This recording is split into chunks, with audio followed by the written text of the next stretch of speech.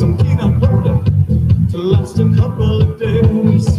But I ain't got no speakers, ain't got no headphones, ain't got no records to play. It's 11:59 at Radio Free America, and this is Uncle Sam with music and the truth until dawn.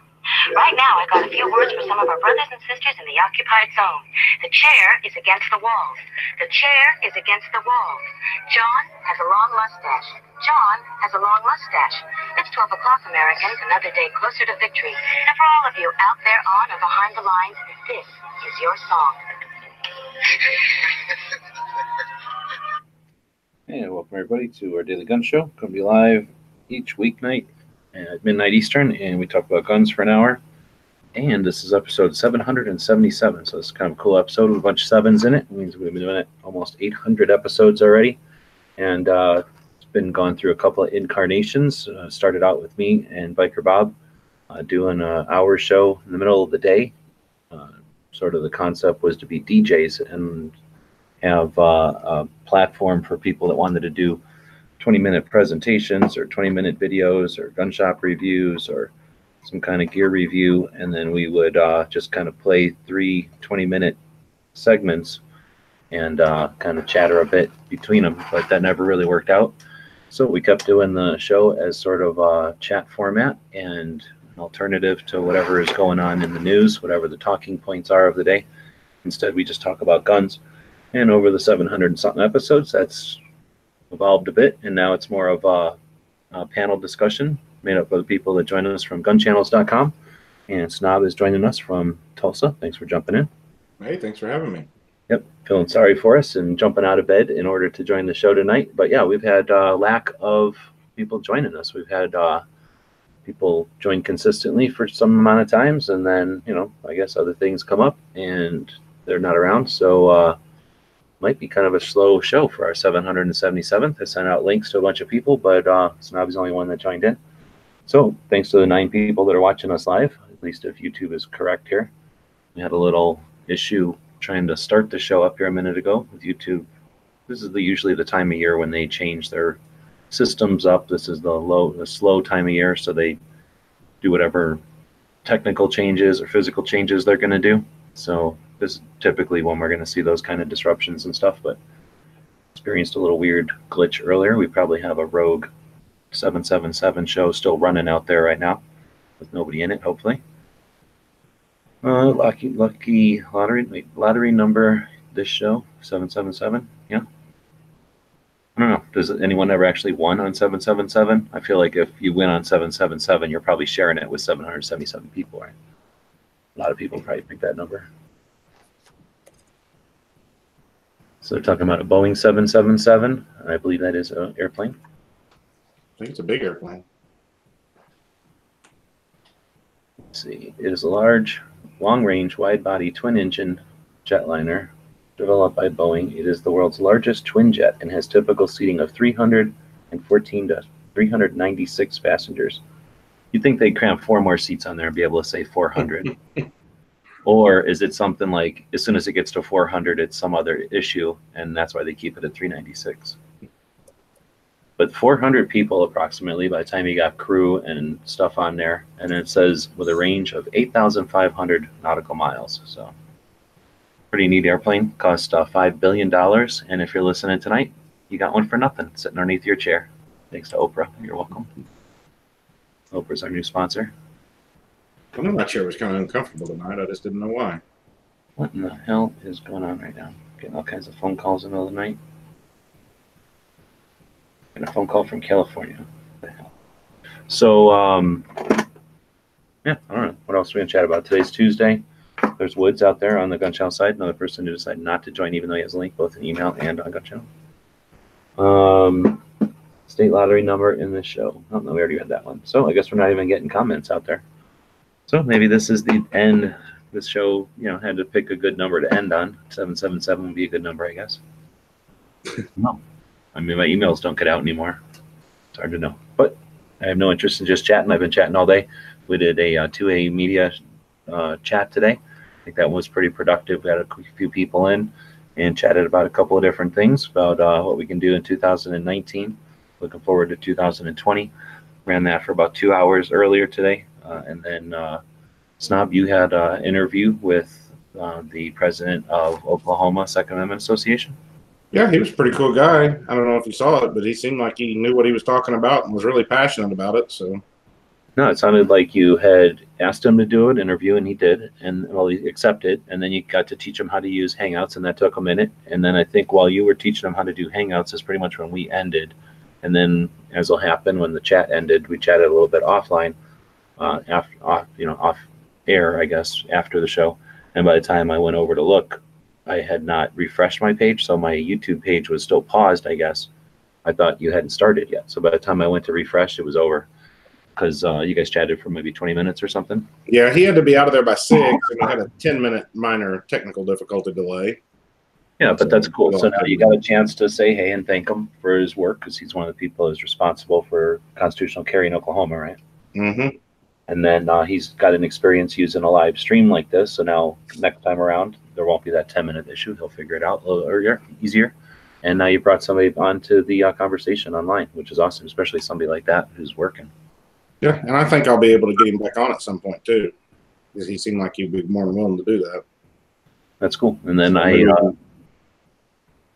Oh, I was just going to say maybe we can have him a little longer and actually get some questions and answers in and stuff. And yeah, exactly. Right. And then those organizations, I think whenever they come to the conversation online, they end up experiencing all the different resources that are available to them. Because once people know that there's somebody they can help out and they have a direct contact with them, or at least know the way to reach them, it's always a good idea. After our 2A workshops that we do every Tuesday and Saturday, we had an interview with the people from the Clash Bash, which is a Kalashnikov themed shooting event going on next month in April in southeast Texas over by Clover. And I'm really looking forward to that concept. I like to see those kind of events. There's one themed on bullpups that's been going on for 4 years. There's a Red October that's a similar type of thing going on in Utah for the last 3 years. And this is a new one coming up in Texas, but it combines some of the features of some of these other things where you get to go out and shoot, which is always fun, like an exposition type of shoot or like a open house at the range kind of thing where the vendors will bring out their products, but have them not only out to check them out, but also on a live range, so you can pull triggers on the products that you might be interested in buying or checking out. So they have that kind of thing, but then also a match.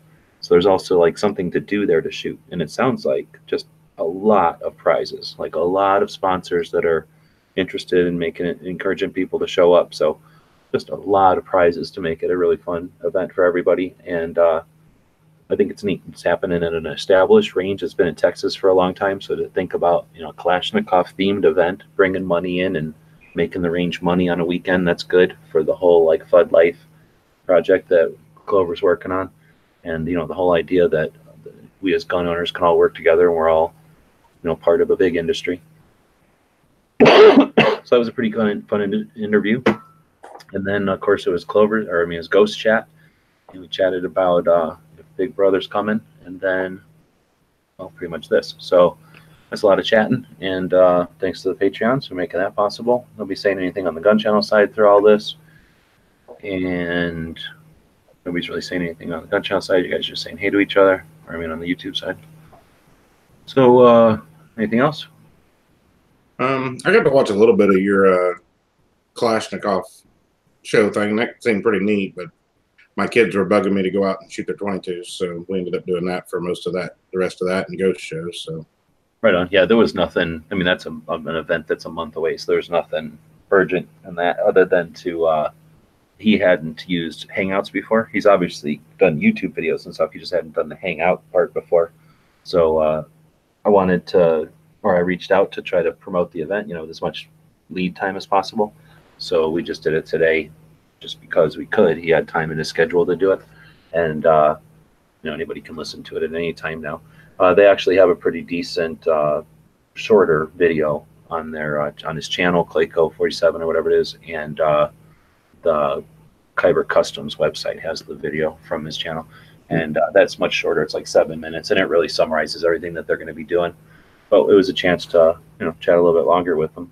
Yeah, no, this is the first one they're ever going to do, right? Not Well, the way I they did understood one it. in Christmas, I guess, that was sort of like a first toe in the water. And since that worked, yeah, this is the first like actual one that they're calling, a major event, and hopefully the first of type of thing. Pete's asking if there's footage of the last. No, not really, because there isn't one. So there's that Christmas event that was smaller, and that was at a smaller range near where this will happen. But then you can look at the thing called Red October that happens in St. George, Utah, which is sort of right outside of Las Vegas, going into Utah, sort of a nice area of the country, and they have a big elaborate range there, from what I understand, from looking at the pictures and stuff. And Fuller Dynamics out of Vegas and the range itself put on the Red October event, and that's a Kalashnikov themed match. And from what I understand, that's an intense match. It's more than one day, and a lot of competitors. So I think that one's a little heavier. From what I understand, that one's a little heavier on the competition end, but that might be a good example of what the event's going to end up looking like. I was asking if I'm going to attend. I don't know. Probably not. I don't have money to travel this year, and I don't know if this is the year to spend traveling. And could spend time and resources preparing, but we'll see. And I don't know. It could potentially. When is it? It's the April 12th. April 13th and 14th. I 13th think and 14th, which is basically the weekend after Tulsa, right? The Yeah. Wanamaker show. So if I got to Wanamaker, potentially I could go south and check that out, follow Clover home, and check out that area of the country. And but this, again, I don't have funds to just do whatever I feel like.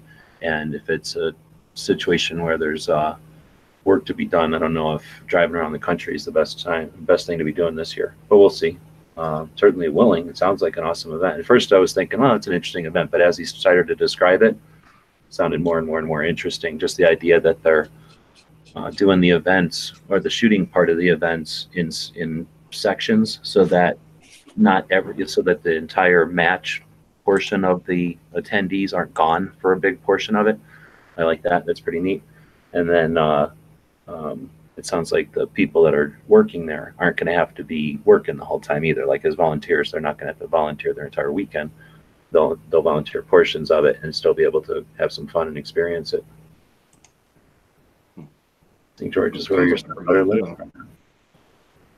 I haven't been up to the Red October thing either because of the time of year, and that's about it, really, just the time of year. It would be interesting to check that one out. Kalashnikov's something you drive down to the middle of Texas for? I don't know. I'm not that big into AKs.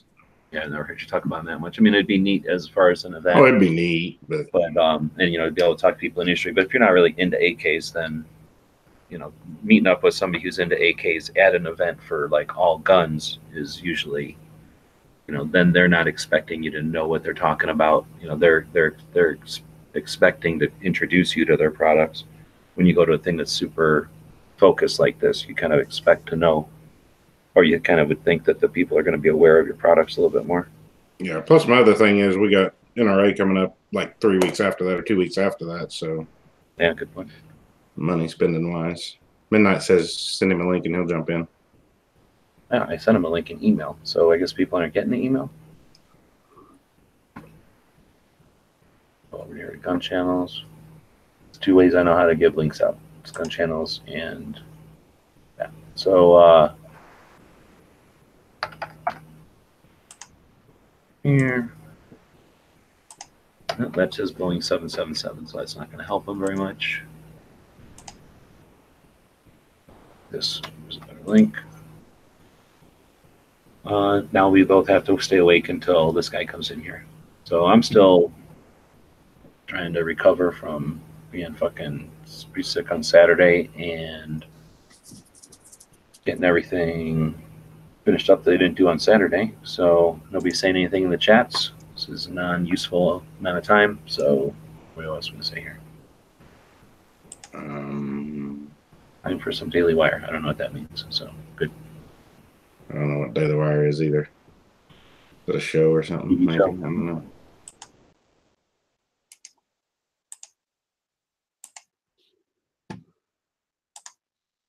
Midnight can find the door. I don't know. Yeah, I sent him the link in the gun channels, but he's might be in the car or something. I don't know.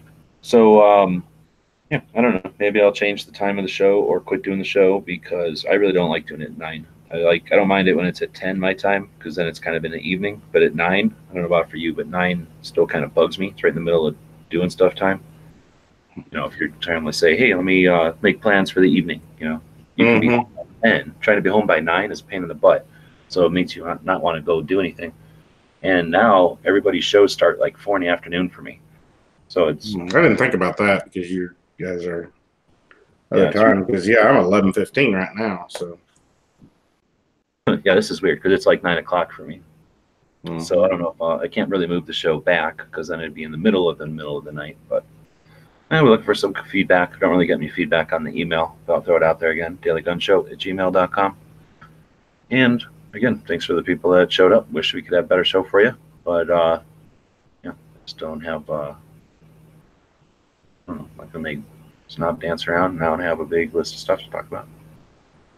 I'm not very good at AK. I'm not the right guy to ask that question to. You have to ask that probably somebody at the Clash Bash. I was telling that Clash guy, well, Clayco, that my interest in AKs is old-fashioned, the historic, where they come from, and the evolutions of them, and the old strains. As soon as you get to 2004 and the parts kits coming over here and people deciding to take this front end and that back end and making their own little weird hybrids, it gets interesting, and that's a whole nother realm. But it's I can't pay attention past that point. I'm not, it's too much for me. So the stuff when you start talking about the weird versions of new guns that various companies are coming out with, I don't have any concept of what's new or good or better or bad. I've owned them through time, and I don't even know what, one of them was a Sega, but I don't even remember what the other one was. It was just one I traded for and wasn't really my thing, so I traded it off. And I don't even know what brand it was or anything. I'm just not that smart about AKs. Don't know much about them. Not really ever been into them.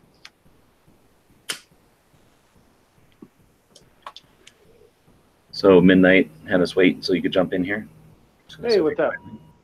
What's up? What's going on? Obviously, I'm getting in an. What are you doing? You got a robot telling you what to do? Yeah, I said obviously I'm getting in an elevator. I'm sorry. You got an elevator. Actually, get inside of the elevator. Get into me. Yeah. I was at the grocery store the other day again, and I saw our friend the robot. And he was. I think he knew that I'm on to him because I was walking. I'm pushing my cart, and I look up, and there he is, and I walk beside him, and I looked over at him, and I started to pull my phone up to take a picture to put it on Instagram, and he turned away from me and went down an aisle. He knows I'm on to him. So this is just a robot that patrols to see if you're stealing? No, it's apparently they're for spills and stuff. They're supposed to I guess they have a camera on them that it's supposed to alert, cleanup crew or something if somebody has a spill in the aisle. I don't know.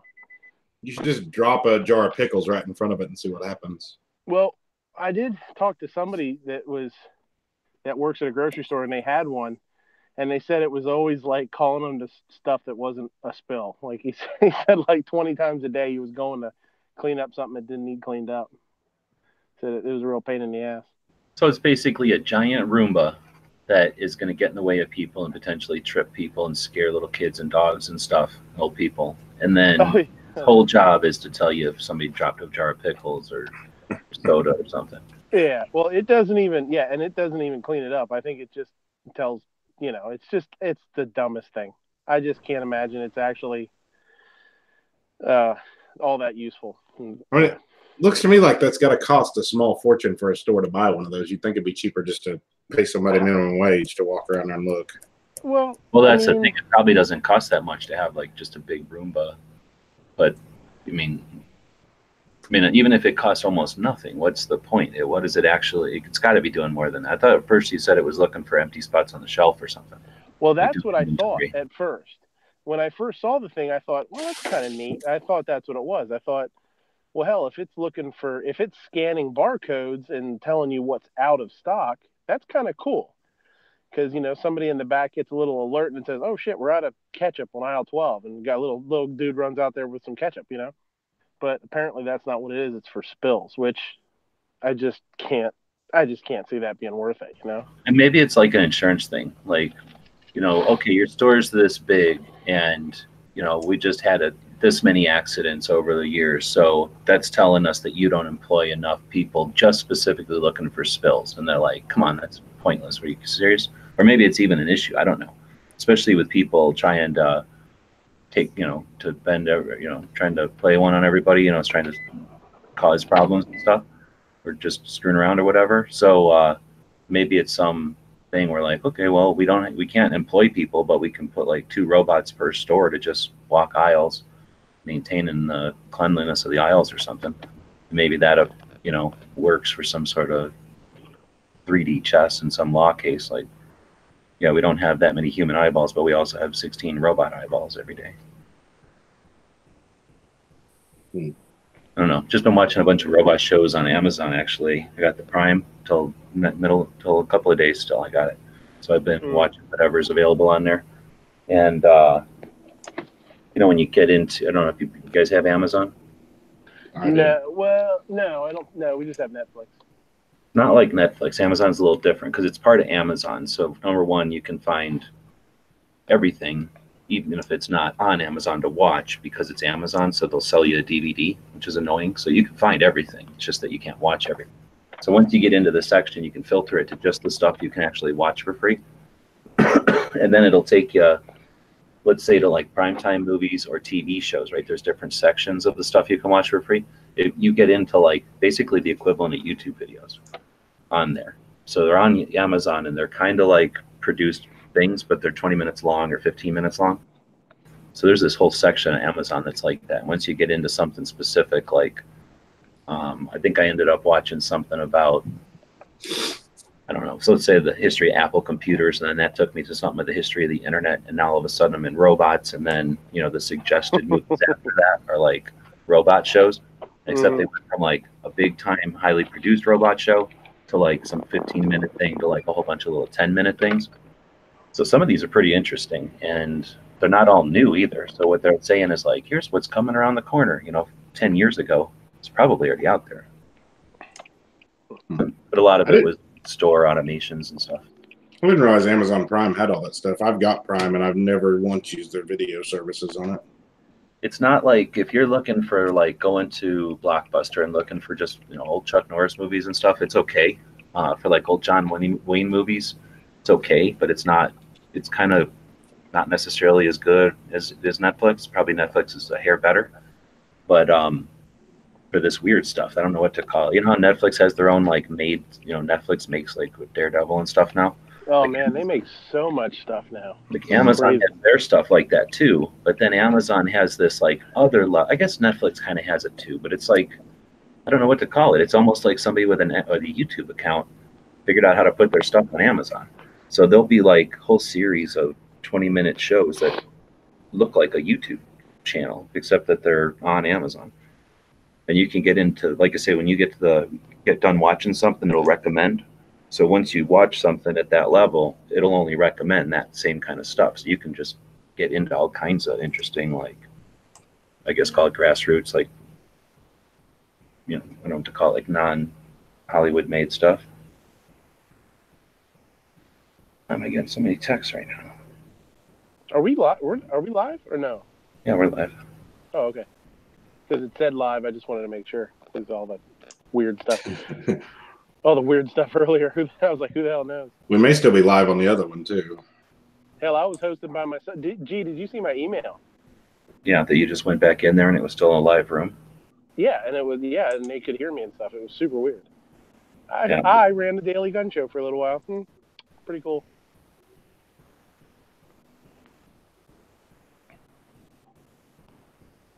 Now Gizzard's here.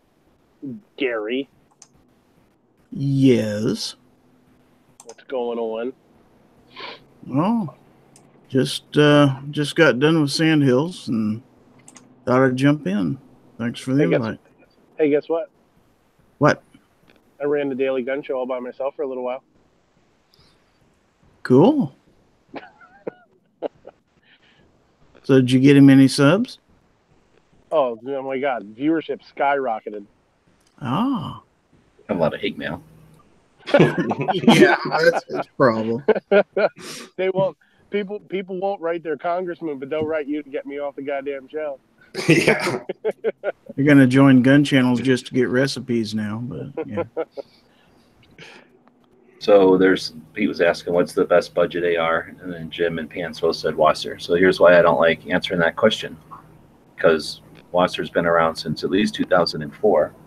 So if you would have bought one of those Wassers in 2004 when ammo cost $79 for 1,000 rounds, we would drop 3,000 rounds a weekend through our guns, and we didn't have that many yet. So you could buy a Wasser that's like a shotgun barrel. So Wassers spread too big a gambit. That's why I hesitate to say go after a Chinese or go after a Wasser or go after this or that, because there's just so many of them. Can't say go after an AMD 65 because there's everything from imported rifles to assembled rifles here to parts kits that were assembled in a garage to guns that were made again back in 2004 and shot the last 15 years. Yeah, so you can go to a gun shop and see a Wasser and it's like a $200 gun and you pay $7. I hate to just leave it at that. So I have an AMD 65 that's done by TGI. It's like Tennessee Gun Industries or whatever down in Tennessee. I like mine. It has the short barrel, which is kind of cool. It's really accurate. I love it. I like it a lot. I mean, I've recommended them to a lot of people, but yeah, I definitely can see what you're saying. Like, you can get some Frankenstein guns.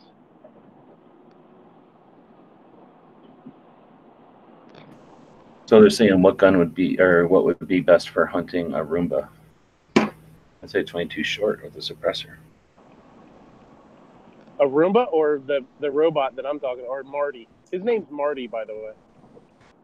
Oh, he has a name? You guys are getting kind of close, aren't you? Yeah, he's got a name tag and he's got some big googly eyes. Well, hell yeah, man! That guy he creeps me out, man. And especially after this last time when I pulled my camera up to take a picture of him and he turned away from me, I was like, oh boy, I just skedaddled. I got out of there. And maybe he doesn't like being on camera. He's a little camera shy. I don't know. Either way, I didn't like it. I think if I was going to go up against Marty though, I would want something. You want something pretty big. I don't know about 22 short. He might be made out of who knows what. He might have some. He's probably made to take some abuse from like old ladies banging on him with canes and stuff and running into him with shopping carts. He might have a pretty hard exterior. I don't know that a 22 is going to do much damage.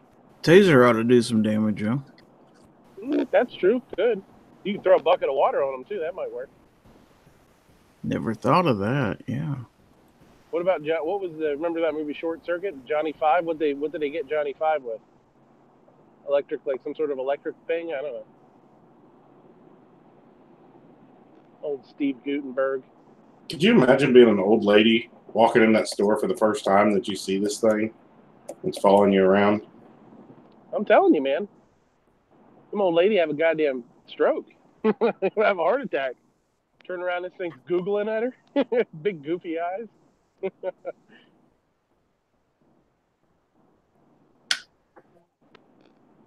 It's just moseying around, just wandering around, being lazy, not doing nothing. We're in the future, guys. We're in the future. Does it have big eyes on it like this one? Oh, wow. I have a... Yep, that's it. That's it. Big eyes on it? Yep. Big googly eyes and a name tag. That's it. That's exactly what it is. Well, I mean, I got a video on it, too. You can go to my channel. Oh, there's two of them? Holy shit. Two of them at once. I think that would be pretty weird seeing that come down the aisle. Yeah. My grocery store is lucky to have an extra buggy or one checkout open, let alone a robot walking around. Now you got to remember, the first time I saw this thing was like a couple years ago or whatever. I saw it from way across the store, right? it was like it made like a turn, and it had just as I looked up and saw it, it like disappeared behind a shelf, and I was like, "What in the hell is that?"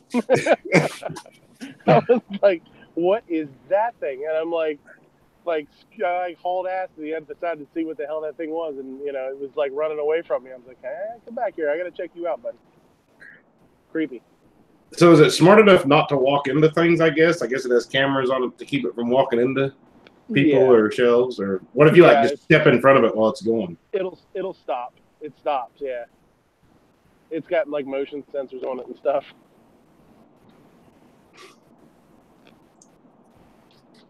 So who believes that it's only roll? Because this thing says that, let's see, blah, blah, blah. They'll move through the stores, and when they notice spills or other trip hazards, they'll alert customers verbally and reach out to employees through the store's public announcement system.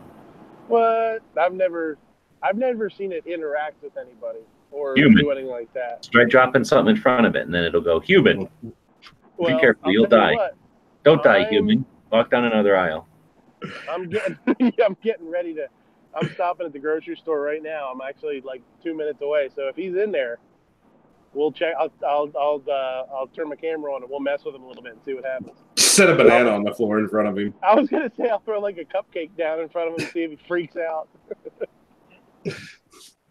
Watch Midnight get banned from his favorite grocery store.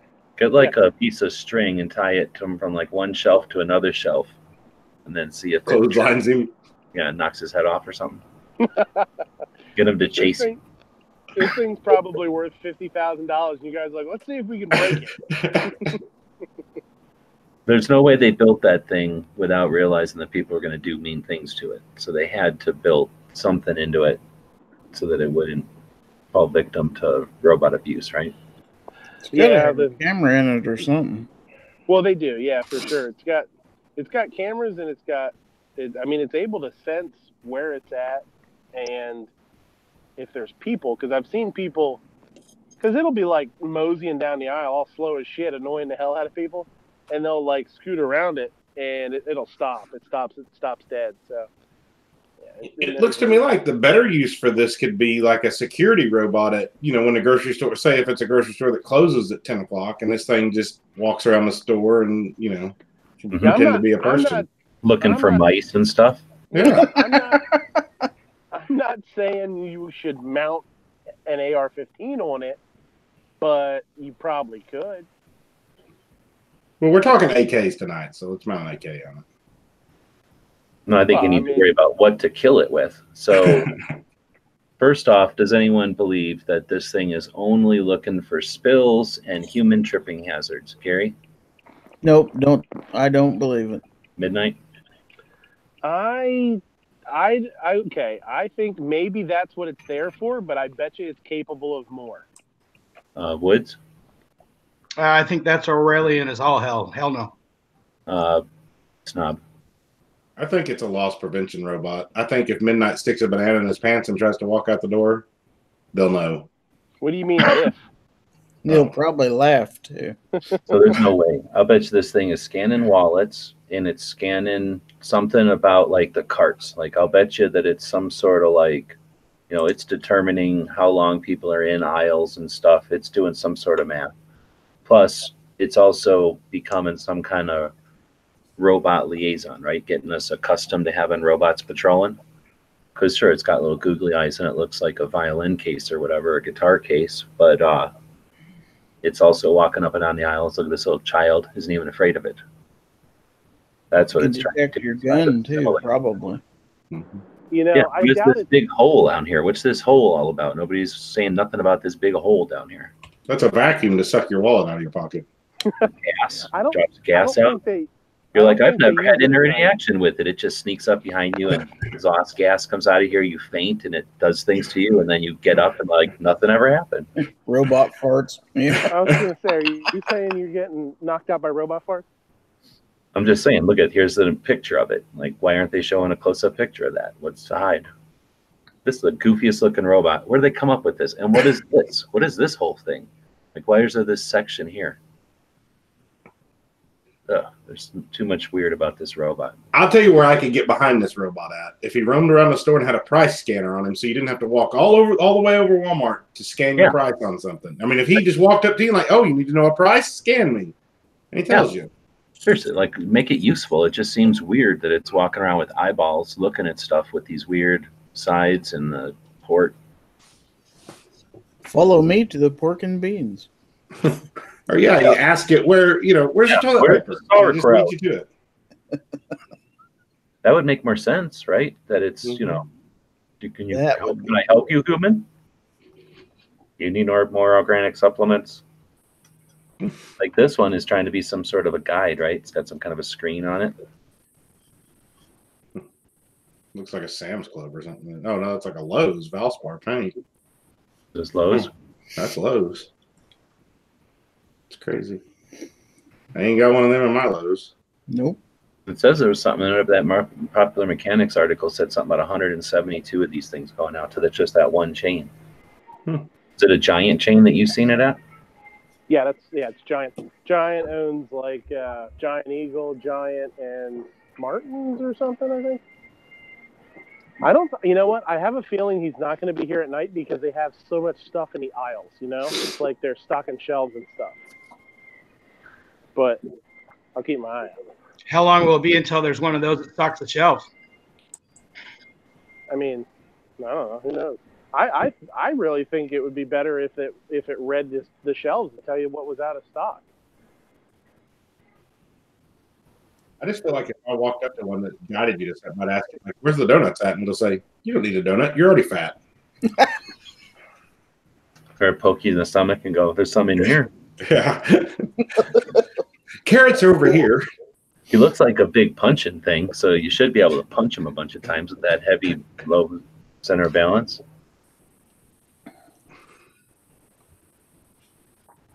That's just creepy. Those big eyes are just creepy. I don't like it. You think of all the different robots. At least if it looked like this, you'd be like, all right, that makes sense. It's got arms. It's running around. It's got eyeball. It's weird. That's a helper robot. It's like putting stuff in your cart for you. It's just like, you're buying this, human. Like, now you have to buy that because the robot gave it to you. It's just like taking my kids to the store. Just throw stuff in the cart when you're not looking. It's like it watches when you're looking at something else. You're trying to figure out what loaf of bread to buy. It threw a bunch of peanut butter in there. All right, well, so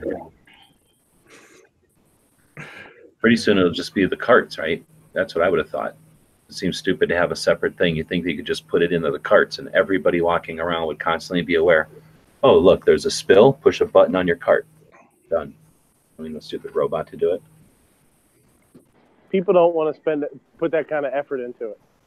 It's just like, you ever driven with Waze? We drove with that Waze app up to Chacho in Vegas. Yeah. So you're driving down the road and everybody that's using it will say, like, there's a tire on the side of the road, or there's a big piece of concrete on the side of the road, there's a car parked on the side of the road. And yeah, it's pretty neat. And it'll tell you, 10 minutes ago someone verified, 10 minutes ago someone said this. So the whole way up there. So you would think it'll tell you where cops are, potholes, accidents, all sorts of stuff. Sure. And that's what I'm saying. So like that whole participatory thing, though, you'd think that people would be willing to push a button on their cart. I don't know, maybe not. But then people would steal the carts, I guess, too. Will they eventually get to the point where it's just a robot cart that follows you around and it adds up everything as you throw it in and you just bags it up and drives off and you don't even need a checker? No, they already have that. You can just go into some stores and you just go and steal whatever you want and leave. And then it checks you on the way out and it just charges you. That's the way it should be. They got them little radar UPC codes or whatever that tell you if you're stealing it, then done. Make that your checkout, just like at Walmart now, where you got to check out anyway. I mean, I guess the problem would be if it's like a problem, like if there's a glitch or something. I don't know how you'd know, but I've seen that already where you just walk into stores and take stuff and leave, put it in your bag and walk out. Yeah, until it screws up and it has you're in Walmart and it charges you for a $3,000 diamond ring and it was really a jar of peanut butter. Right. That's what I mean. Like if somebody plays around, sticks like the wrong price tag on something, then you'd be in trouble, I guess. But I think that's where it's going, though. Maybe it'll be closer to like, you scan it as you're throwing it in your bag or in your pocket. It's just so it, Or it could email you to your phone on the way out, so you just check your phone real quick to make Yeah. sure it hasn't Or charged. literally display it on the wall, display it on a wall as you're leaving. Like, yep, that's everything I got in my bag. That's everything I stole from this night. Yeah. So, I know a lot of you guys. Oh, go ahead, G. yeah, go ahead. I know a lot of you guys don't watch a lot of TV, but I've been noticing there's a lot of robots in all the commercials. Sprint, there's the Microsoft one that it's all about AI. They're not even selling you anything. They're just saying AI is great. I watched a couple of AI shows too on Amazon. AI is, it's already here. It's not even coming. We're already in the midst of the next revolution. So there was the Industrial Revolution, right? And then a computer revolution or something, and then the internet revolution. So AI will be the next one for sure. So Pink is talking about autonomous cars doing delivery. You order your groceries online, the car brings it to you. It's tested in Arizona. Yeah, there's already that kind of stuff. And that's all AI. They're talking about trucks. Like this one show I was watching, they were talking to different people, and every time they talk about their career or whatever their job was, it would show like the percentage of their job that's going to be taken by AI.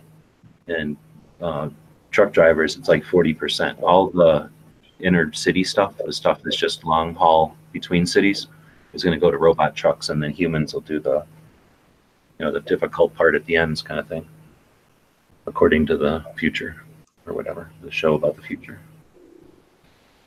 Wow, what are we going to do with all the truckers? There's way more than that. There was something like paralegals, right? Which basically, lawyers have immense stuff they have to look up stuff. So paralegals are baby lawyers that get tasked with doing all the grunt work of looking stuff up in those like walls of books that lawyers have, I guess.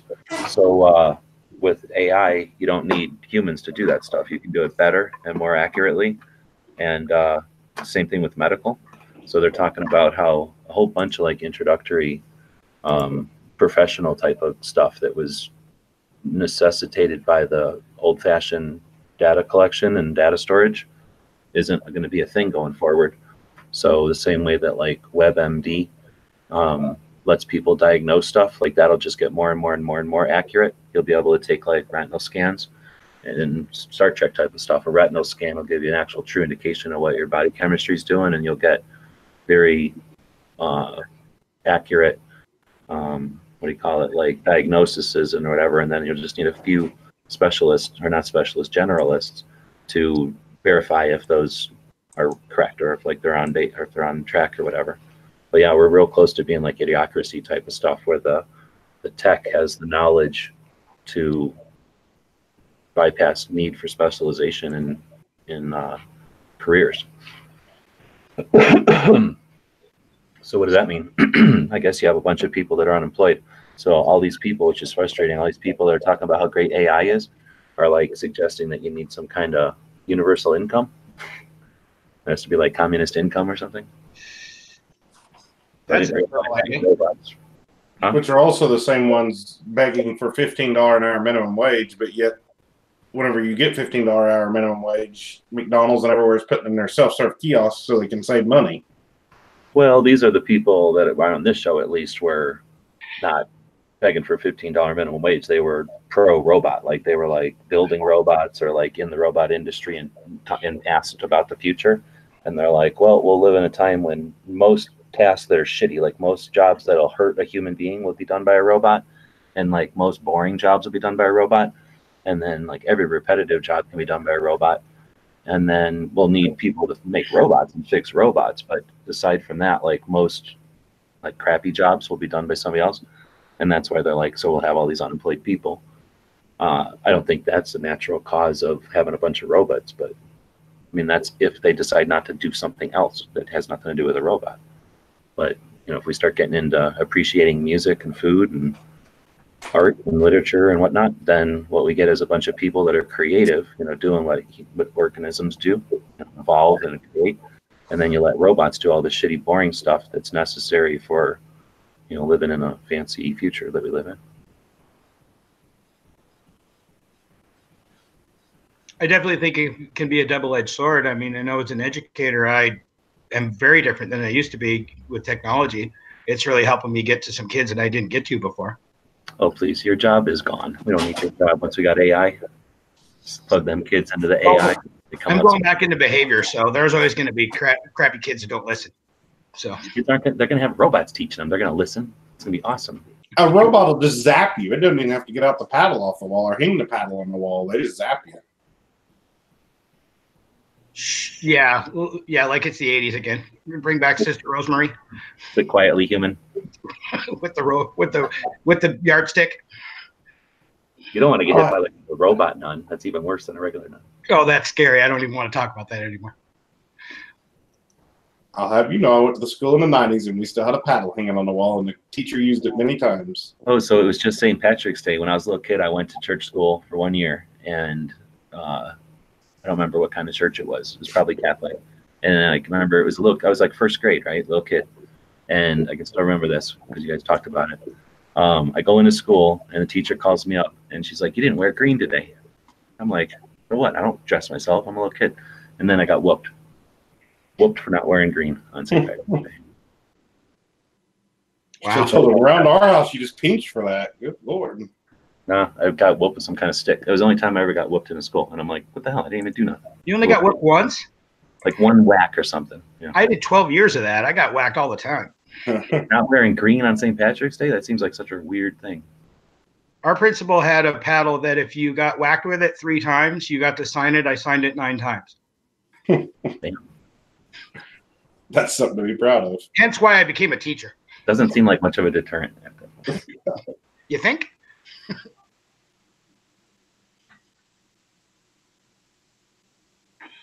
Yesterday is saying, have you ever read Player's Piano by Vonnegut? It's an interesting book about AI and automation. I have not. Anybody else? I have not. No, I have not. Is Vonnegut, he's not Slaughterhouse. Is that the Cat's Cradle guy? What? No, he's a writer, not a singer.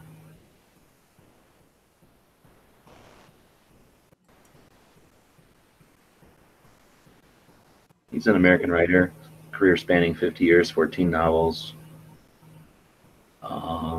including Slaughterhouse-Five. Yeah, so that's him. You guys never read or I guess seen the movie Slaughterhouse-Five? It's been a long time. No. Oh, well, that's an interesting thing to. It's World War II and the destruction of Dresden. And he wrote a book, and I would think it's one of the,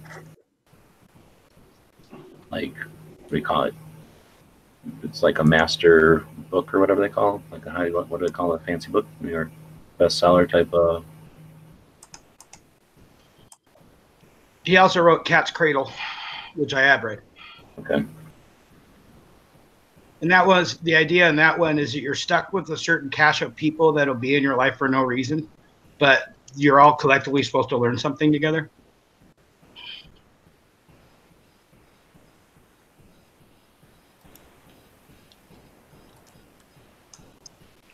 But it says Player Piano is his first novel, published in 1952, a dystopia of automation describing negative impact it can have on quality of life. The story takes place in the near future, almost totally mechanized, eliminating the need for human labor. Widespread mechanization creates conflict between the wealthy upper classes, the engineers and managers who keep everything running, and the lower classes whose skills or purpose in society has been replaced by machines. So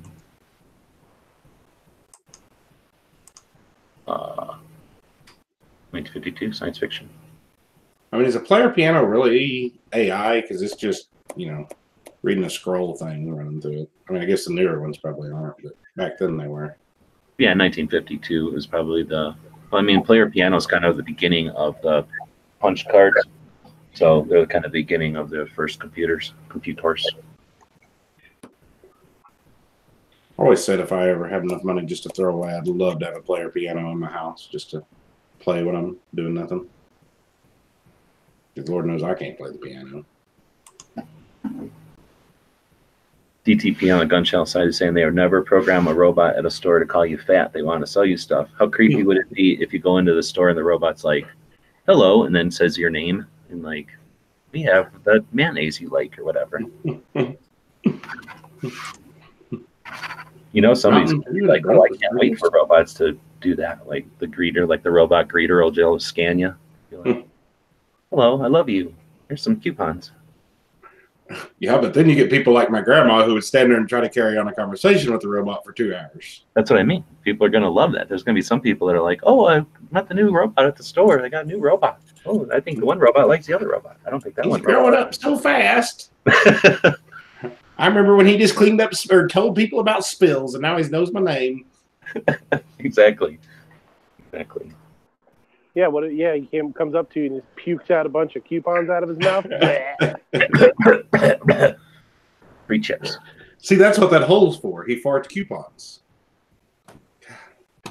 Here comes your savings.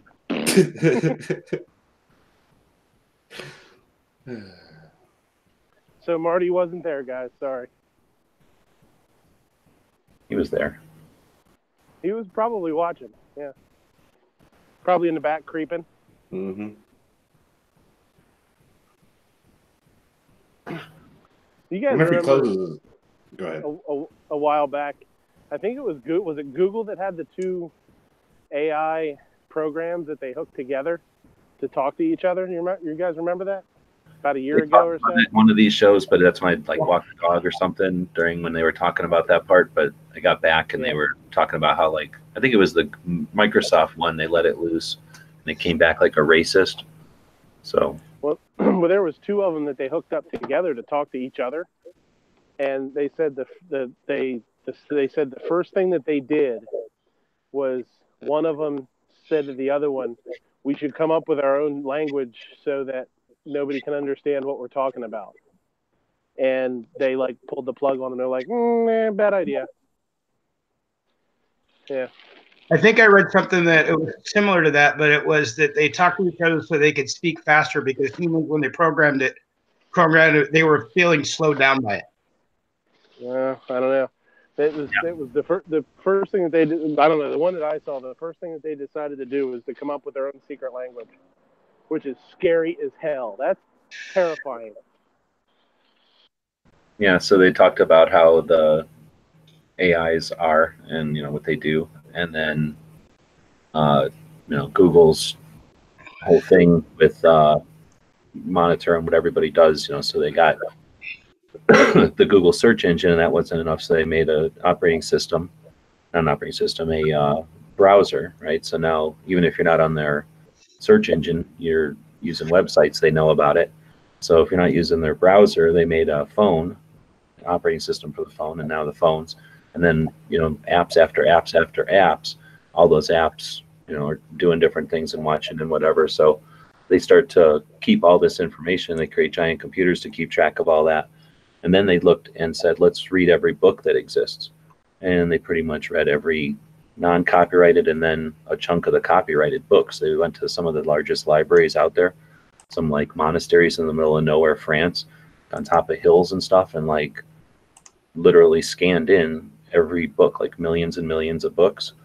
And all of that data goes into their AIs. So as computers get faster and they have more and more data, they can just, that's the potential. So there's all this data out there now. Now they're seeing everything that's happening on the internet all the time. And potentially the computers get bigger and bigger brains to be able to deal with all that. Then, yeah, the ability of the AI is going to be growing significantly. So I think it'll be beyond these little experiments they've had in the past with brains that would try to mimic stuff or play games and stuff. They're building stuff that can monitor multiple, many vehicles type of thing, together with all the other influences that are in real life with those vehicles. And that's just the vehicles.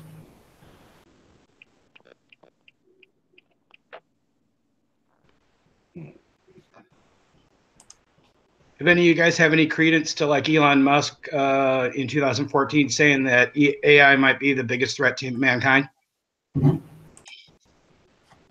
There's people that are definitely on that end, but then another bunch of people are convinced that it's going to take 50 years for it to be like a threat. The singularity or whatever will be 50 years out, and we have plenty of time to change the path or something. Yeah, it did. I mean, I think like any technology is a double-edged sword. So, I mean, it definitely, Elon Musk might have a little bit of information that we all aren't privy to, meaning the guy's got a car in space. But I think it definitely, he also makes a lot of money off of making scary comments like that.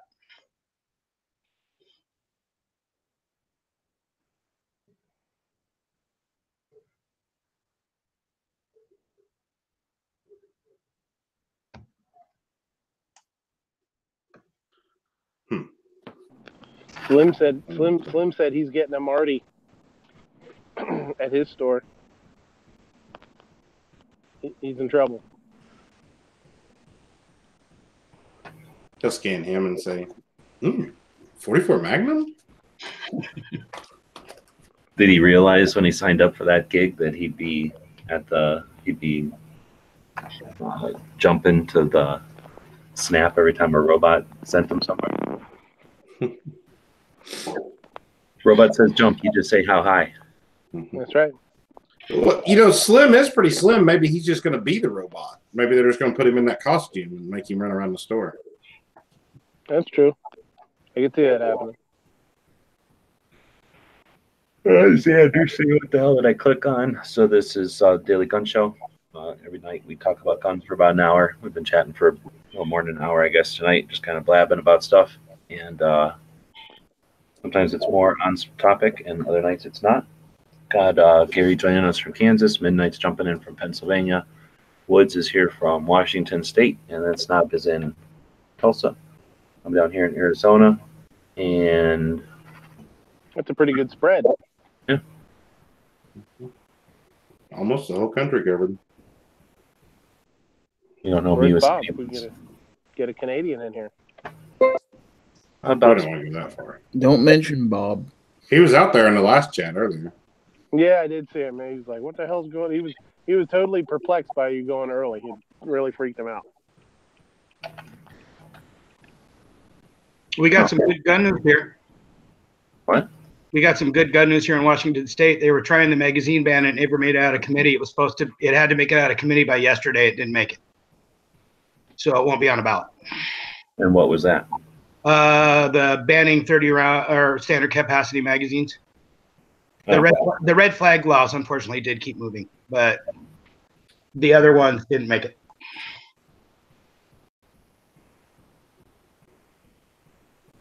I just like to always talk about when we get a win. Yeah, seriously. So Patriot's got a good idea for that with his Liberty. What's he calling it? The Defend Liberty Challenge? No, the Defend Liberty Project. And framing everything in a liberty mindset as opposed to a pro-gun mindset, and starting local and looking at what things are affecting you and your liberty, preparing something, whatever content you're comfortable with, but preparing the information that you collected or gathered, and then sharing that, and then ideally going out to people in real life and sharing with them whatever it is that you've found that's going to affect your liberty and your descendants' liberties, right?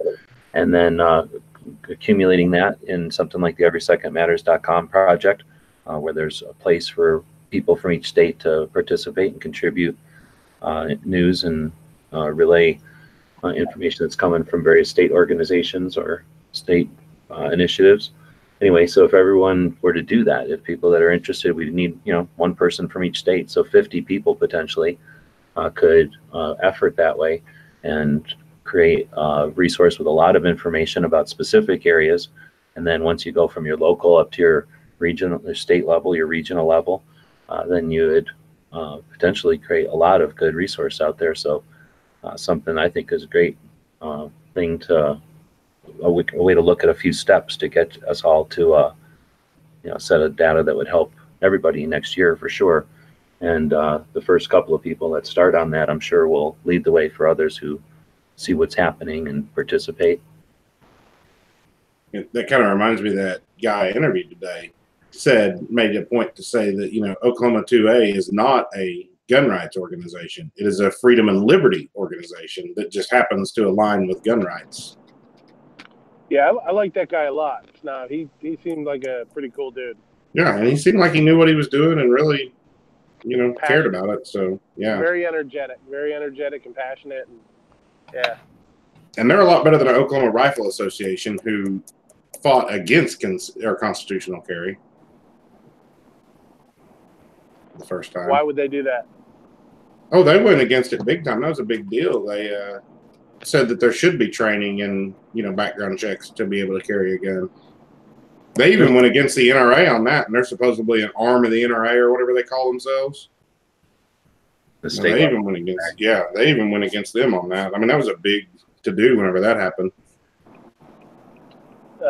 Did you guys see the video I did on PA Bill 768? Did you see that one? I don't think so.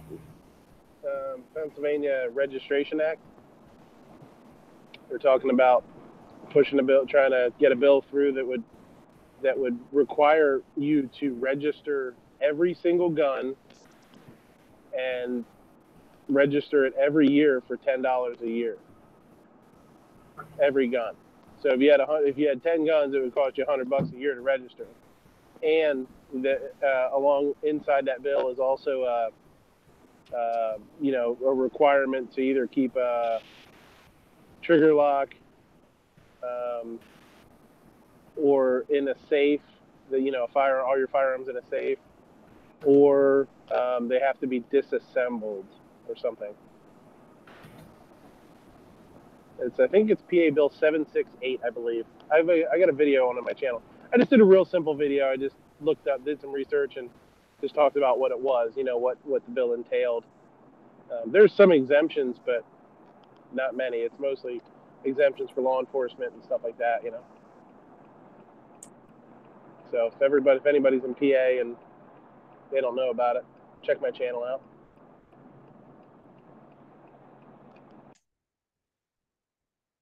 Some shameless self-promotion there.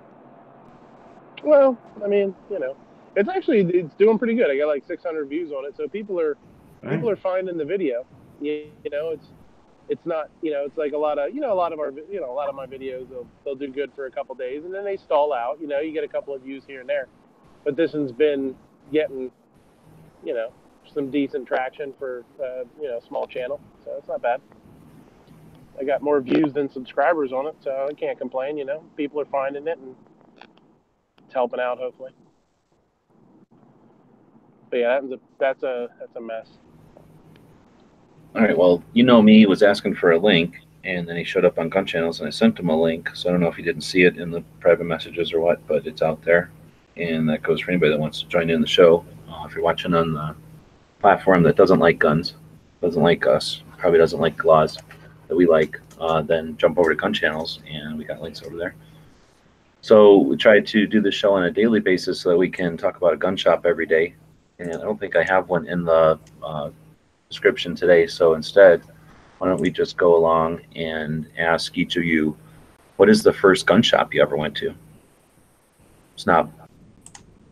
Oh, man. When I was a little kid, my dad used to take me to the 89er gun shop in Chelsea, Oklahoma. That's where I got my first gun at. It was just a little rinky-dink hole-in-the-wall gun shop, and the guy was a gunsmith, mainly. That was his main deal.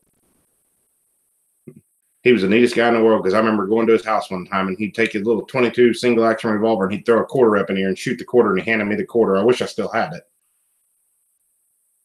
Had a big old dent in the quarter. With what kind of gun? A little .22 single-action revolver. That's awesome. He just flipped it up in the air and just pulled the gun out and shoot it. He never even aimed. I don't know how he did it, and it had a dent in the quarter. I still remember that to this day, and still, I wish I still had that quarter. That just drives me insane. Who knows whatever happened to it? I was probably like 10. What are the chances that he had a quarter that already had a dent in it when he did that? Well, that may have been very true. I was 10. So. I know people that can do that. That's definitely a thing people can do. Oh, I'm not saying he couldn't do it, but I'm just saying maybe old Snobby got scammed. Yeah, I'm pretty sure he had me run over and pick it up off the ground, though. So because it went Little baby flying. snob.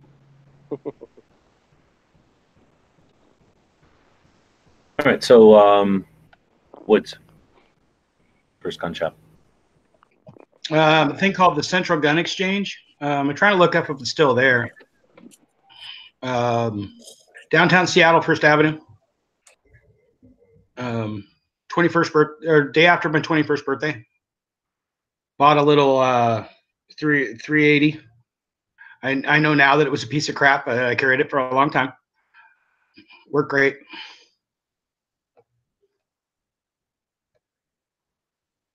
Really packed full of guns, but I don't think it's there anymore, to be honest with you. I think they probably built a Starbucks there or something now. That's lame. I think imagine a bunch of, when you're old enough, a bunch of our gun shops are going to be gone.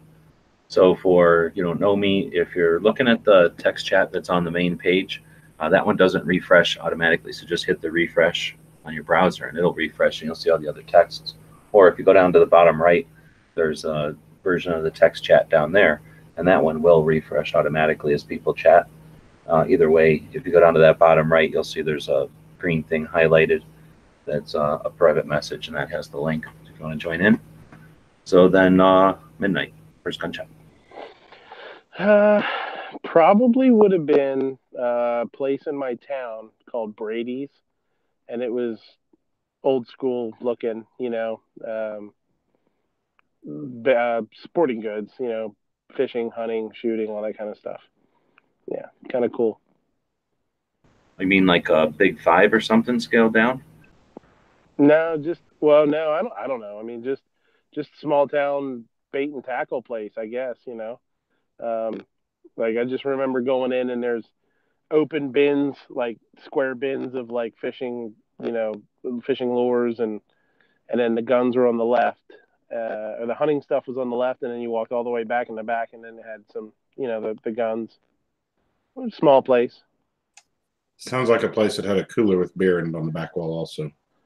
Yeah, you got in trouble for selling some not quite legal stuff, I guess, back in the day. But I think that's when that all ended. I was, yeah, but yeah, that was. I just there was a couple of places in my town. I lived in a small town, so there was a couple of different places that did sporting goods, and no like chains. When I was a kid. Gary. Well, I presume you're not talking about big box stores or anything, real gun shops. So that would be a place called Sports Mart outside of town here. It's where I bought my first pistol. It's closed now. It was a gas station, bait shop, convenience store, and in the back, the guy had a whole bunch of old guns, and he'd talk to you about all his old guns, and he's sold several. So that's all we had for the longest time here.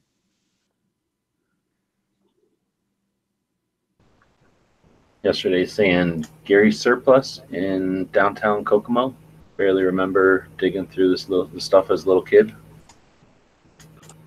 And then see if anybody's saying anything. Nobody's saying anything on the gun channel side. Something about Dick's Sporting Goods, but I don't think that's in this topic. So I wish I could remember. I don't know. But I remember going to gun shops ever since I can remember. Same kind of thing, digging through the piles of old stuff. Most of the shops back in the day had old surplus of some kind or another, or at least boxes of whatever, accumulated extras or something. Probably came in with guns. I don't even know. I can't even imagine. There's something about the old surplus stores that's kind of neat too. As the war surplus dwindled, the stores would go out of business, and a lot of that stuff went to gun shops.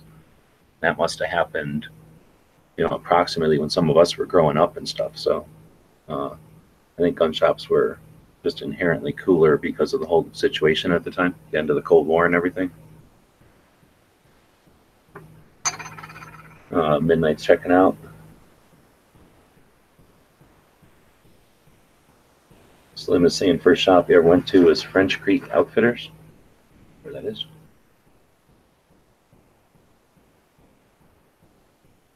Denny Dennis Sporting Goods is the first I remember going to as a kid. That's what DTP is saying. Never heard of that one either. I think I can remember distinctly 1, 2, 3,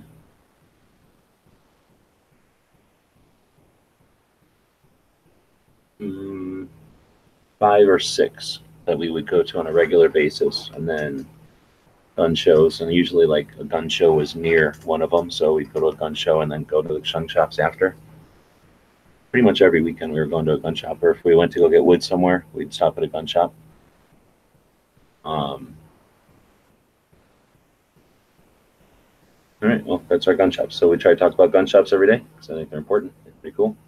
And I don't know, anything else? Seems like a lot of dead air for this far into the show. Nope. No response. Everybody's sleeping. So thanks everybody for showing up. And we got a bunch of thumbs, 100%, actually more than 100, 137% thumb up ratio. It means 97% of gun owners do not want any kind of universal background checks. So thanks for proving that mathematically tonight. We had a little bit of trouble, but got it going. And thanks everybody for joining in, watching and listening. What's tomorrow, Wednesday? No, yeah, tomorrow's Wednesday. So we got Rick, and then we got Matt doing some kind of gun chat, and then we'll be here. Does anybody else have a show on Wednesday? I don't think so. Now that Clover's not doing one on Wednesdays. Yeah, I think I took Clover off the list. We got Rick. We got. No, I didn't take Clover off the list yet. So if anybody's interested in doing a show, you can jump on to one of the platforms and do it, and then let us know over on Gun Channels, and that's how you add your voice to the conversation.